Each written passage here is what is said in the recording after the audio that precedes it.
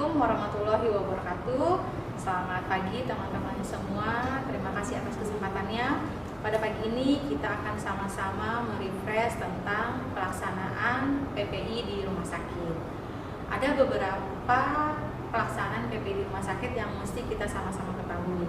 Yang pertama tentang HAIS, kewaspadaan isolasi, kebersihan tangan, penggunaan APD, pemeliharaan lingkungan, dan etika batuk. Berbicara tentang PPI di rumah sakit tidak lepas dari HAIS. Kalau sebelumnya kita kenal dengan infeksi nosokomial, namun pada saat ini istilah infeksi nosokomial sudah tidak dipakai lagi, diganti dengan HAIS. Apa itu HAIS? HAIS adalah infeksi yang terjadi pada pasien selama perawatan di fasilitas pelayanan kesehatan atau di rumah sakit, di mana pada saat masuk tidak ada infeksi atau tidak dalam masa inkubasi. HAIS juga merupakan infeksi yang didapat di rumah sakit namun muncul setelah pulang dari perawatan. HAIS juga merupakan infeksi pada petugas rumah sakit karena pekerjaannya terkait pelayanan kesehatan di fasilitas pelayanan kesehatan. Menurut Permenkes nomor 27 tahun 2017 ada beberapa program PPI yang ada di rumah sakit. Yang pertama yaitu kewaspadaan isolasi, yang kedua pencegahan HAIS dengan bundle HAIS, yang ketiga surveillance HAIS, yang keempat pendidikan dan pelatihan PPI, serta yang kelima adalah penggunaan antibiotik yang bijak. Kita masuk ke kewaspadaan isolasi. Kewaspadaan isolasi itu ada dua, yang pertama kewaspadaan standar dan yang kedua adalah kewaspadaan transmisi. Kewaspadaan standar terdiri dari kebersihan tangan, alat pelindung diri, pengendalian lingkungan, pengendalian limbah rumah sakit, manajemen linen, penyuntikan yang aman, kebersihan pernapasan atau etika batuk, penempatan pasien, pengelolaan alkes, kesehatan petugas, dan praktek lumbar fungsi. Sedangkan kewaspadaan transmisi terdiri dari tiga, yaitu kontak, droplet, dan airborne. Selanjutnya kita masuk ke kebersihan tangan. Kenapa sih kita harus melakukan kebersihan tangan? Yang pertama karena tangan merupakan media transmisi mikroorganisme. Kita melakukan aktivitas dengan tangan. Jadi ketika tangan kita tidak bersih, maka kemungkinan tangan ini akan menjadi media membawa virus dan menularkan kemana-mana. Yang kedua, tangan merupakan bagaikan pistol atau silent killer. Diam-diam tanpa kita sadari, tiba-tiba nih tangan yang kotor, tangan yang tidak bersih bisa membawa penyakit. Kebersihan tangan merupakan tanggung jawab setiap individu. Dan kebersihan tangan ini adalah pilar dalam PPI. Kita melakukan kebersihan tangan tujuannya adalah untuk memutus rantai infeksi. Lakukan kebersihan tangan menggunakan hand rub berbasis alkohol bila tangan kita tampak bersih. Dan lakukan kebersihan tangan dengan air mengalir serta sabun bila tangan kita terlihat kotor. Untuk di Rumah Sakit RSKO Jakarta ini, fasilitas untuk melakukan kebersihan tangan tersedia. Manajemen juga mendukung sekali dengan disediakannya berbagai fasilitas terkait kebersihan tangan ini. Selain fasilitas juga dituangkan dalam kebijakan, pedoman, panduan, program, dan SPO pelaksanaan kebersihan tangan atau hand hygiene. Indikasi melakukan kebersihan tangan. Kebersihan tangan kita lakukan pada saat kapan aja sih, gitu kan ya. Kita kenal dengan 5 moment. Ada 5 momen melakukan kebersihan tangan. Kemudian kita lakukan kebersihan tangan bila tangan kita tampak kotor, setelah menyentuh atau permukaan lingkungan atau peralatan yang terkontaminasi, sebelum dan setelah makan, sebelum menyediakan makan, dan yang paling penting adalah setelah tiba di rumah sakit dan sebelum meninggalkan rumah sakit. Sebelum memakai sarung tangan dan setelah melepas sarung tangan, kita juga harus melakukan kebersihan tangan. Lalu kita akan membahas tentang 5 moment. Kalau berbicara tentang hand hygiene, kita tidak akan terlepas dari istilah 5 moment. 5 moment adalah waktu-waktu di mana kita harus wajib banget melakukan kebersihan tangan. Yang pertama dari 5 moment adalah sebelum kontak dengan pasien. Yang kedua sebelum melakukan tindakan bersih atau tindakan aseptik. Yang ketiga setelah terkena cairan tubuh pasien. Yang keempat setelah kontak dengan pasien. Dan yang kelima setelah bersentuhan dengan area lingkungan sekitar pasien. Jadi pada 5 moment ini kita kenal dengan 2 sebelum dan 3 setelah. 2 sebelumnya ini adalah untuk untuk pasien.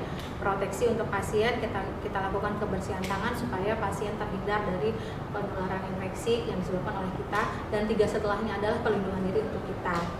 Diulangi, 5 momen kebersihan tangan. Yang pertama, sebelum kontak dengan pasien, sebelum tindakan aseptik, setelah terkena cairan tubuh pasien, setelah kontak dengan pasien, dan setelah kontak dengan lingkungan sekitar pasien.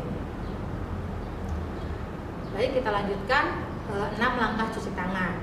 6 langkah cuci tangan harus dilakukan dengan benar-benar. Cairan antiseptik harus rata ke seluruh permukaan kulit.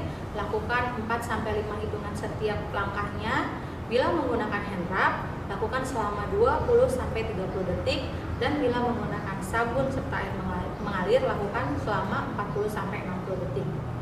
Pastikan tidak ada aksesoris apapun pada tangan sebelum melakukan kebersihan tangan. Untuk melakukan kebersihan tangan, untuk mempermudah kita mengingat, kita bisa ingat dengan istilah tepung selaci puput. Berikut mari kita praktekkan langkah-langkah melakukan kebersihan tangan. Pertama, ambil cairan hand rub, kemudian ratakan antiseptik ke seluruh permukaan tangan. Lakukan 4 hitungan, 1, 2, 3, 4. Setelah telapak tangan, kita bersihkan punggung tangan. 1, 2, 3, 4. Lalu sebelahnya 1, 2, 3, 4. Lakukan sela-sela jari 1, 2, 3, 4. Kemudian kunci 1, 2, 3, 4. Putar 1, 2, 3, 4. Yang sebelahnya lagi 2, 3, 4.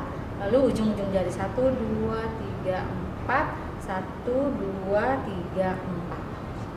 Selesai 20-30 detik dengan menggunakan hand rub, tangan kita sudah bersih. Selanjutnya yaitu alat pelindung diri atau APD. Permenkes 27 tahun 2017 tentang pedoman PPI mengatakan APD adalah pakaian khusus atau peralatan yang dipakai petugas untuk memproteksi diri dari bahaya fisikal, kimikal, biologis atau bahan infeksius. Digunakan atau dipakai jika melakukan tindakan terpapar atau kemungkinan terpapar darah, cairan tubuh, sekresi, ekskresi, keringat, dan segera lepas jika selesai melakukan tindakan. Dasar-dasar pemilihan APD. Untuk memakai alat pelindung diri atau APD harus ada dasarnya. Bagaimana, apa aja, dan kapan kita akan memakai alat pelindung diri. Kita lihat pertama dari potensi dan jenis paparan.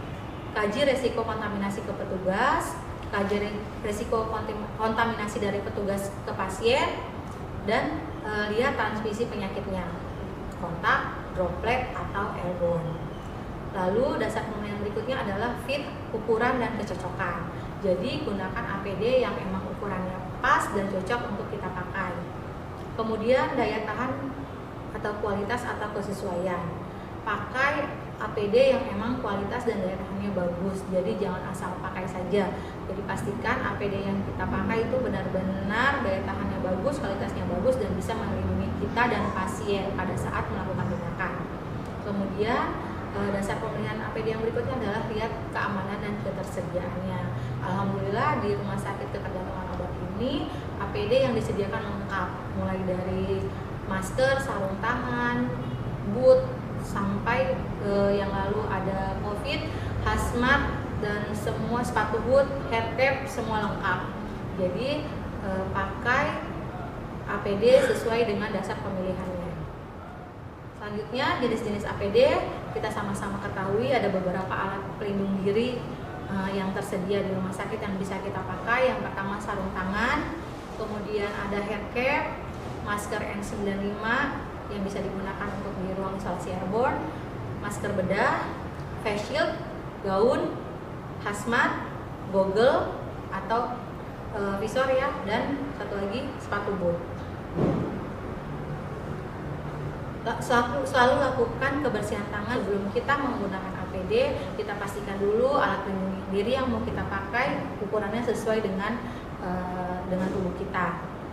Pemilihan penggunaan APD sesuai indikasi, yaitu risiko paparan. Lihat ada paparannya seperti apa, darah, cairan tubuh, sekresi dan ekskresi, dan dinamika transmisinya. Lalu kontak kah, droplet kah, atau airborne. Gunakan APD selalu sebelum kontak dengan pasien tanpa menyentuh permukaan lingkungan yang lain.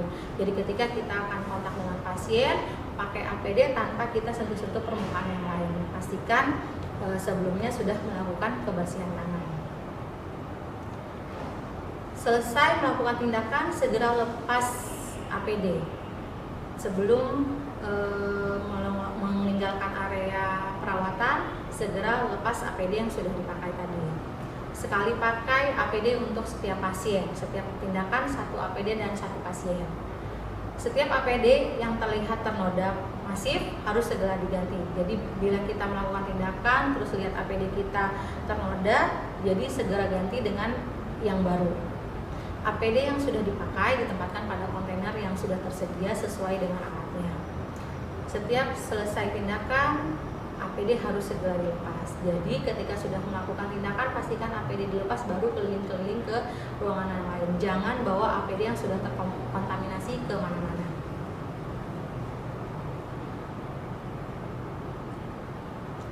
Urutan pemakaian APD di ruang isolasi COVID-19. Pertama, petugas menggunakan baju kerja, gunakan scrub baju kerja. Lalu sebelum kita gunakan APD, cek kelengkapan APD. Pastikan APD yang mau kita pakai sudah lengkap, baru kita mulai memakai. Lakukan kebersihan tangan dengan 6 langkah. Lalu setelah melakukan kebersihan tangan, pakai pelindung kaki dulu atau sepatu boot. Lalu gunakan gaun pelindung, pakai masker, pelindung kepala, pelindung mata atau wajah, pakai apron jika tindakan yang mau kita lakukan kemungkinan akan terpapar banyak cairan. Setelah selesai kita pakai apron, lakukan kebersihan tangan lagi dengan 6 langkah.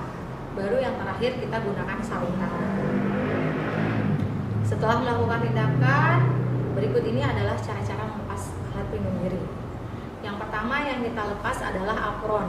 Jika kita pakai apron, lepas dulu apron, lepaskan sarung tangan, lepaskan gaun, lalu lakukan kebersihan tangan.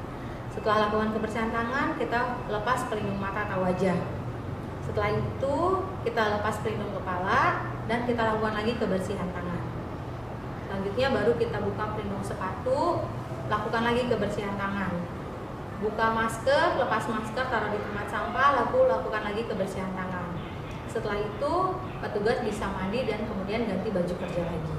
Itu adalah cara memasang APD dan melepas APD di ruang isolasi COVID-19. Selanjutnya yaitu pengendalian lingkungan rumah sakit. Pengendalian lingkungan di rumah sakit yaitu upaya pengendalian lingkungan yang dilakukan untuk dapat mengendalikan berbagai faktor lingkungan, baik fisik, biologi, dan sosial atau psikologi di rumah sakit dengan cara meminimalkan atau mencegah terjadinya transmisi mikroorganisme dari lingkungan kepada pasien, petugas, pengunjung, dan masyarakat di sekitar sarana kesehatan sehingga HAIS dapat dicegah dengan mempertimbangkan cost efektif. Pengendalian lingkungan rumah sakit juga ditujukan untuk menciptakan lingkungan yang bersih, aman, dan nyaman dan mencegah terjadinya kecelakaan kerja. Prinsip pembersihan lingkungan yaitu clean dan disinfection. Beberapa hal yang perlu dibersihkan dengan disinfeksi adalah permukaan benda-benda yang sering disentuh. Yang perlu diingat yaitu kita harus rutin melakukan pembersihan dan disinfeksi terhadap alat-alat elektronik, layar sentuh, remote TV, toilet, wastafel, keyboard komputer atau laptop, meja, sandaran kursi, gagang pintu, saklar lampu atau telepon.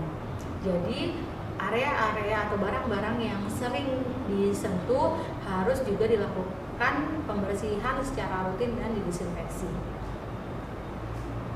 Lalu kemudian penanganan limbah. Penanganan limbah ini yang perlu diperhatikan adalah bahwa pemisahan awal dilakukan oleh orang pertama penghasil limbah. Jadi kita yang menghasilkan limbah, kita juga yang harus membuang sesuai dengan tempatnya. Dipisah-pisah sesuai dengan limbah yang kita hasilkan.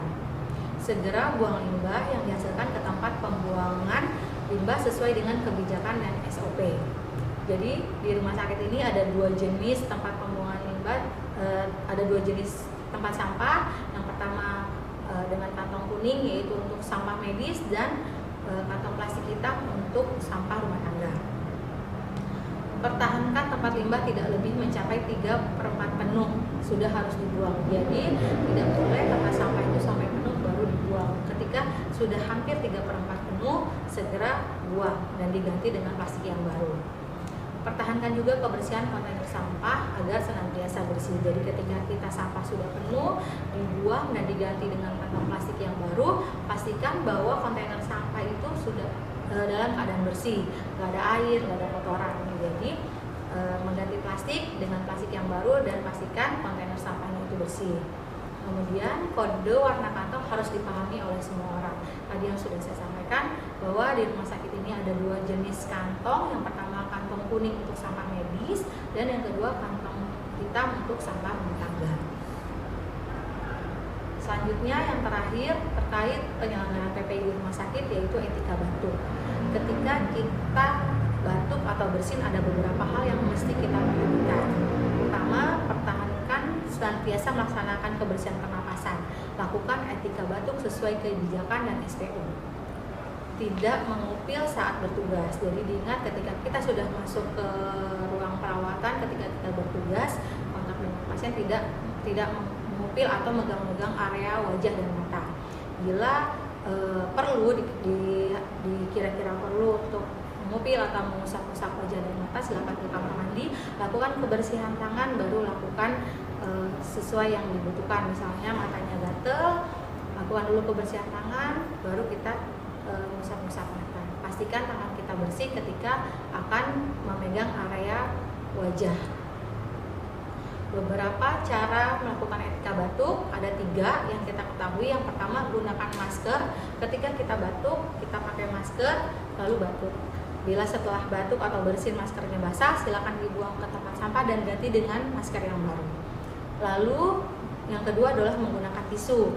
Ambil tisu, silakan tutup mulutnya, lakukan batuk atau bersin, kemudian buang tisunya tadi ke tempat sampah dan lakukan kebersihan tangan. Yang berikutnya yaitu menggunakan lengan atas bagian dalam. Bila kita akan bersin atau batuk, tidak ada tisu dan tidak sedang menggunakan masker, tutup mulut dengan menggunakan lengan atas bagian dalam. Baik, itu saja yang bisa saya sampaikan pada kesempatan ini. Lebih dan kurangnya saya mohon maaf, semoga bermanfaat. Assalamualaikum warahmatullahi wabarakatuh.